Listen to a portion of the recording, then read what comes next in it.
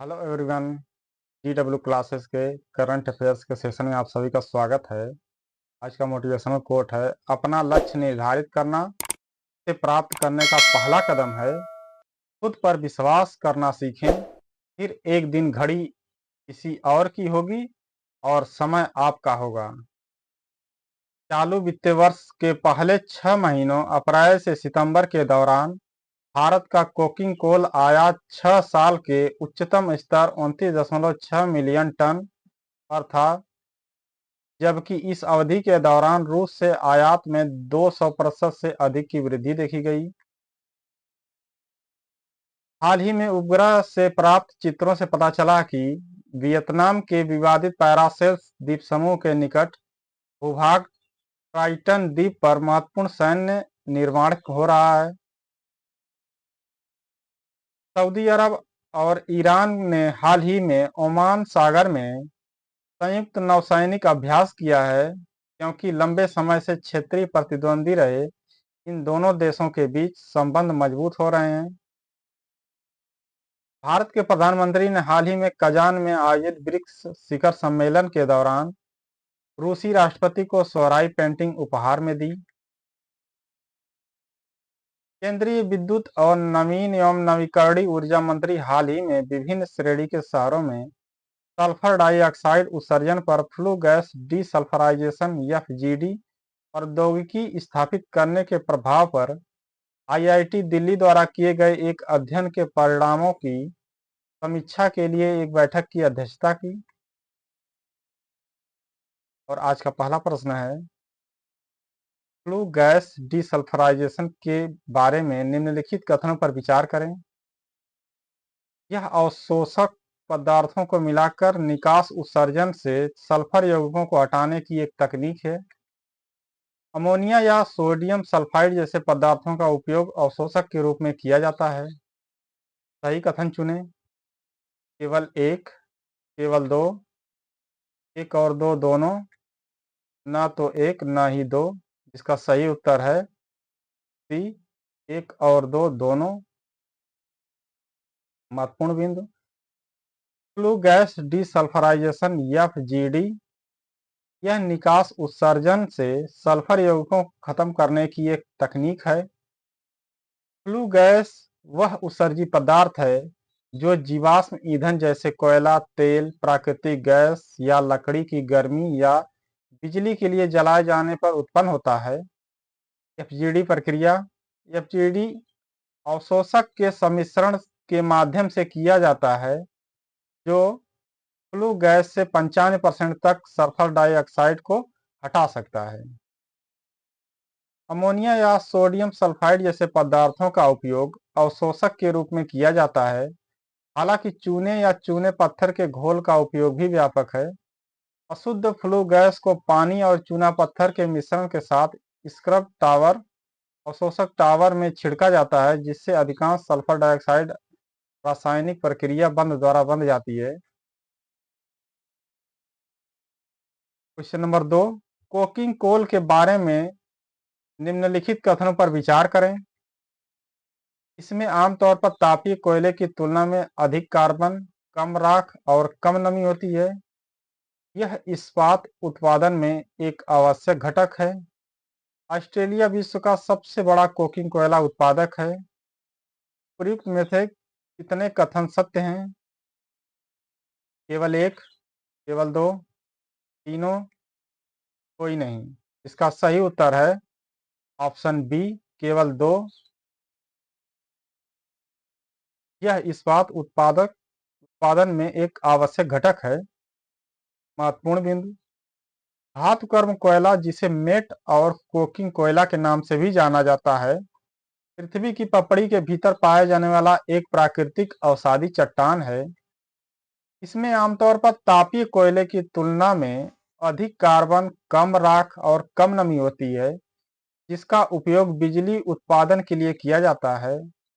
यह उपयुक्त गुणवत्ता वाला बिटुमिनस कोयला है, जो धातु कर्म कोक या सरल शब्दों में कोक के उत्पादन की अनुमति देता है।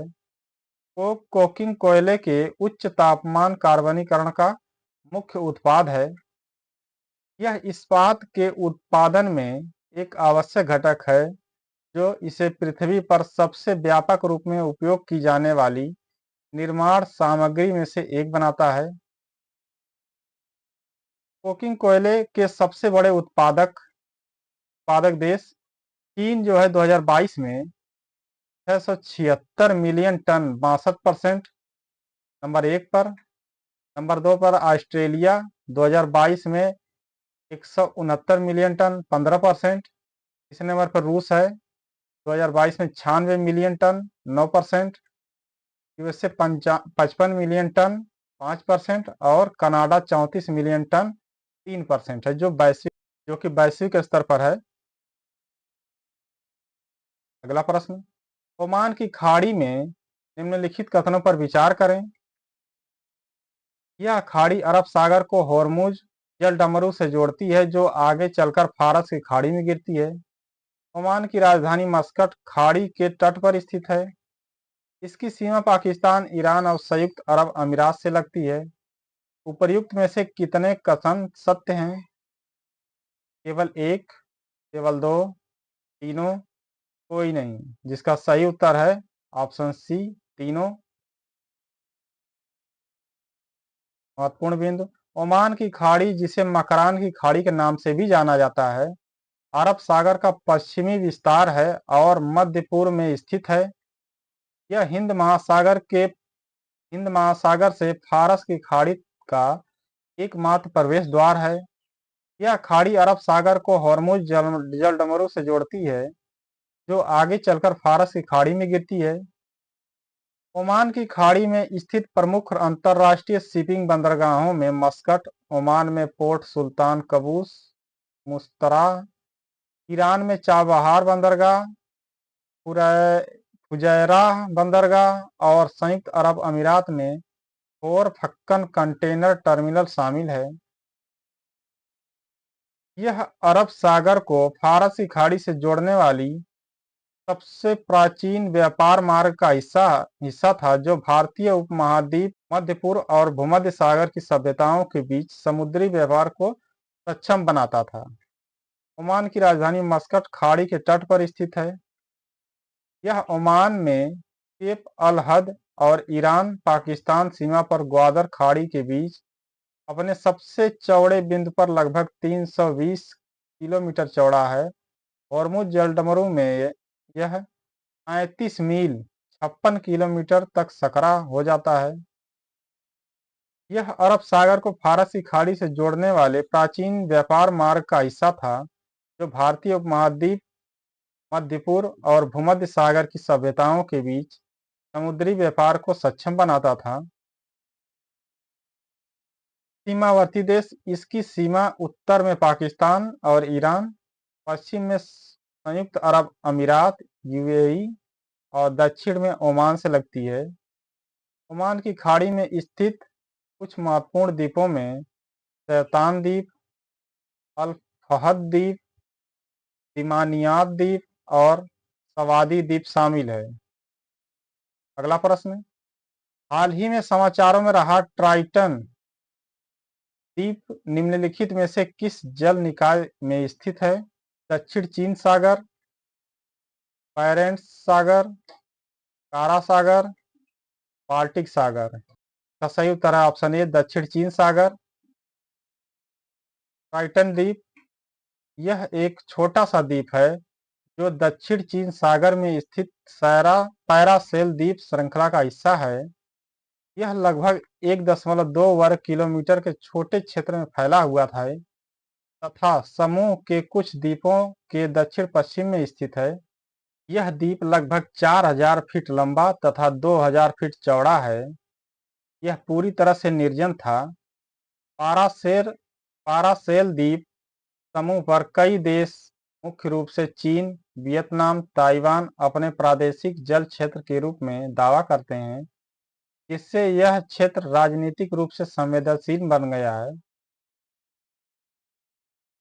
यद्यपि ट्राइटन द्वीप निर्जन है, लेकिन दक्षिण चीन सागर में स्थित होने के कारण यह एक रणनीतिक भूमिका निभाता है जो अपने समृद्ध मछली पकड़ने के मैदानों और संभावित तेल और गैस भंडारों के लिए जाना जाता है। अगला प्रश्न, चित्रकला के बारे में निम्नलिखित कथनों पर विचार करें। यह झारखंड की आदिवासी महिलाओं द्वारा प्रचलित एक स्वदेशी भित्ति चित्रकला है। कला को भारत सरकार द्वारा जीआई टैग प्राप्त हुआ है। गलत कथन चुनें। केवल एक, केवल दो, एक और दो दोनों, न तो एक न ही दो। का सही उत्तर है ऑप्शन डी, न एक न दो। यह भी ध्यान रखना दिलचस्प है कि सोहराई शब्द सोरो से आया है, जिसका अनुवाद है लाठी से चलाना। यह एक स्वदेशी भित्ति चित्रकला है। यह कला रूप मेसो ताम्रपाषाण काल 9000 से 5000 ईसा पूर्व से जुड़ा हुआ है। वस्तु यह आमतौर पर ब्रह्मांड के प्राकृतिक तत्वों पर आधारित होती है। इसमें जंगल, नदियां, जानवर आदि शामिल होते हैं। ये प्राचीन चित्रकारी आदिवासी महिलाओं द्वारा चारकोल, मिट्टी या कोयला जैसे प्राकृतिक पदार्थों का उपयोग करके बनाई गई। सोहराई कला का सबसे आदिम रूप गुफा चित्रकला के रूप में था। का अभ्यास स्थानीय समुदायों द्वारा किया जाता है, विशेष रूप से झारखंड, बिहार, उड़ीसा और पश्चिम बंगाल राज्य में। यह कुर्मी, संथाल, मुंडा, उरांव, अगरिया, घटवाल जनजातियों की महिलाओं की कला है। झारखंड झारखंड का हजारीबाग क्षेत्र, जिसे इस कला के रूप में जीआई टैग प्राप्त हुआ है। सोहराई चित्रकला अपने जीवंत रंगों, जटिल पैटर्न और प्रतीकात्मक रूपांकनों के लिए विशिष्ट है। हर साल सोहराई त्योहार मनाया जाता है, जो कटाई के मौसम और सर्दियों के आगमन का प्रतीक है। अगला प्रश्न, निम्नलिखित युग्मों पर विचार कीजिए। सैटेलाइट फ्रीक्वेंसी बैंड उपयोगिता। एल बैंड जीपीएस सेवाएं। S band high throughput data संचरण। यू बैंड मौसम राडार। उपयुक्त युग्मों में से कितने युग्म सही सुमेलित हैं? केवल एक युग्म, केवल दो युग्म, सभी तीन युग्म, इनमें से कोई नहीं। जिसका सही उत्तर है ऑप्शन ए, केवल एक युग्म। सैटेलाइट स्पेक्ट्रम से तात्पर्य उपग्रहों, सैटेलाइट के माध्यम से संचार के लिए प्रयुक्त विशिष्ट आवृत्ति बैंड से है। ये रेडियो फ्रीक्वेंसीज भू स्टेशनों से कक्षा में स्थित उपग्रहों तक और उसके विपरीत संकेतों को प्रेषित करने के लिए आवश्यक हैं, जिससे टेलीविजन प्रसारण, इंटरनेट एक्सेस एवं मोबाइल संचार जैसी सेवाओं को सुविधाजनक बनाया जा सके। सैटेलाइट फ्रीक्वेंसीज आवृत्ति बैंड। एल बैंड 1 से 2 गीगाहर्ट्ज जीपीएस और मोबाइल उपग्रह सेवाओं के लिए उपयोग किया जाता है। एस बैंड 2 से 4 गीगाहर्ट्ज मौसम राडार, हवाई यातायात नियंत्रण और मोबाइल उपग्रह अनुप्रयोगों के लिए उपयोग किया जाता है। सी बैंड 4 से 8 गीगाहर्ट्ज आमतौर पर उपग्रह टीवी प्रसारण और डेटा संचार के लिए उपयोग किया जाता है। एक्स बैंड 8 से 12 गीगाहर्ट्ज मुख्य रूप से रडार और संचार के लिए सैन्य अनुप्रयोगों में प्रयोग किया जाता है। ओ बैंड 12 से 18 गीगाहर्ट्ज और का बैंड 26 से 40 गीगाहर्ट्ज उपग्रह टेलीविजन, इंटरनेट सेवाओं और हाई थ्रूपुट डेटा संचार के लिए उपयोग किया जाता है। अगला प्रश्न, चक्रवातों के संबंध में निम्नलिखित कथनों पर विचार कीजिए। उष्णकटिबंधीय चक्रवात गर्म समुद्री जल के ऊपर बनते हैं और इनकी विशेषता कम दबाव और उच्च वायु की गति होती है। शीतोष्ण चक्रवात मुख्यतः वातागरों से जुड़े होते हैं तथा भूमि और महासागर दोनों पर आ सकते हैं। भारत में उष्णकटिबंधीय चक्रवात मुख्यतः प्री मानसून और पोस्ट मानसून मौसम में आते हैं। उपर्युक्त में से कितने कथन सत्य हैं? केवल एक, केवल दो, सभी तीन, और डी कोई नहीं, जिसका सही उत्तर है ऑप्शन सी, सभी तीनों सही हैं। उष्णकटिबंधीय चक्रवातों को बनने के लिए गर्म समुद्री जल कम से कम 26 डिग्री सेल्सियस की आवश्यकता होती है और इनकी विशेषता निम्न दबाव प्रणाली और उच्च वायु गति होती है। अर्थात इनका जो दबाव है बहुत कम होता है और हवा की जो गति होती है बहुत तेज होती है, उसी से चक्रवात बनता है। शीतोष्ण चक्रवात या अतिरिक्त उष्णकटिबंधीय चक्रवात गर्म और ठंडी हवा के द्रव्यमान के इंटरफेस पर बनते हैं तथा भूमि एवं महासागर पर हो सकते हैं, जो प्रायः वातावरणों से जुड़े होते हैं। भारत विशेष रूप से प्री मानसून मई जून और पोस्ट मानसून अक्टूबर नवंबर मौसम के दौरान उष्णकटिबंधीय चक्रवातों से काफी प्रभावित होता है। अगला प्रश्न, राष्ट्रीय पांडुलिपि मिशन MMM के संबंध में निम्नलिखित कथनों पर विचार कीजिए। यह भारत के पांडुलिपियों के विशाल संग्रह को संरक्षित और प्रलेखित करने के लिए संस्कृत मंत्रालय की एक पहल है।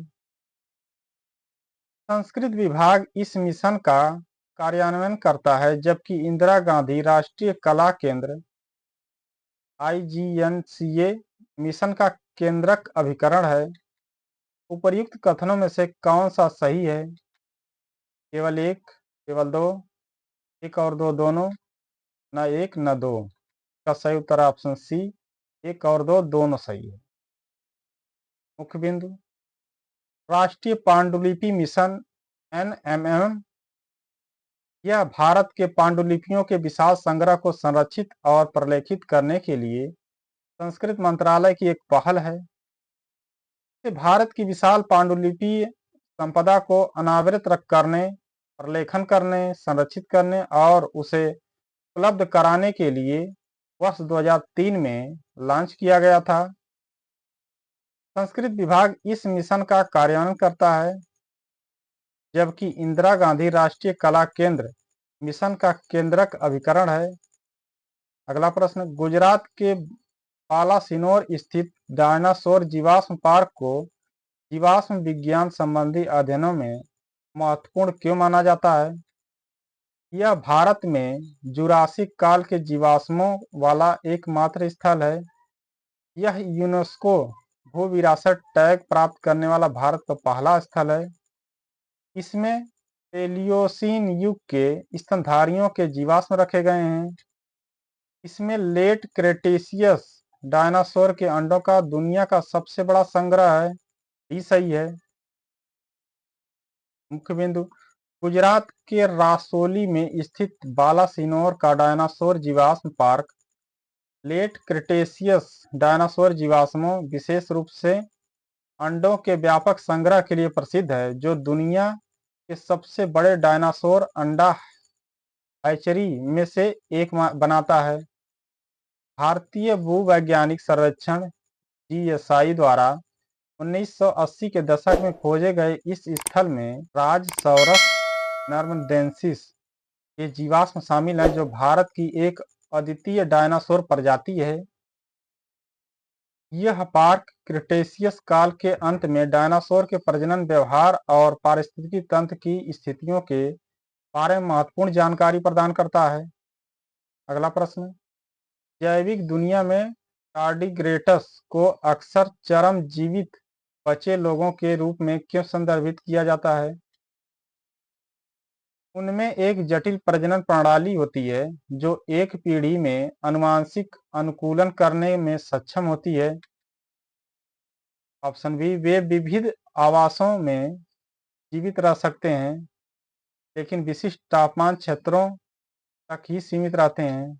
ऑप्शन सी, वे उच्च विकिरण और तापमान सहित चरम पर्यावरणीय परिस्थितियों का सामना कर सकते हैं। ऑप्शन डी, उनके पास एक अद्वितीय तंत्रिका तंत्र है, जो पर्यावरणीय परिवर्तनों के प्रति तीव्र अनुकूलन को सक्षम बनाता है।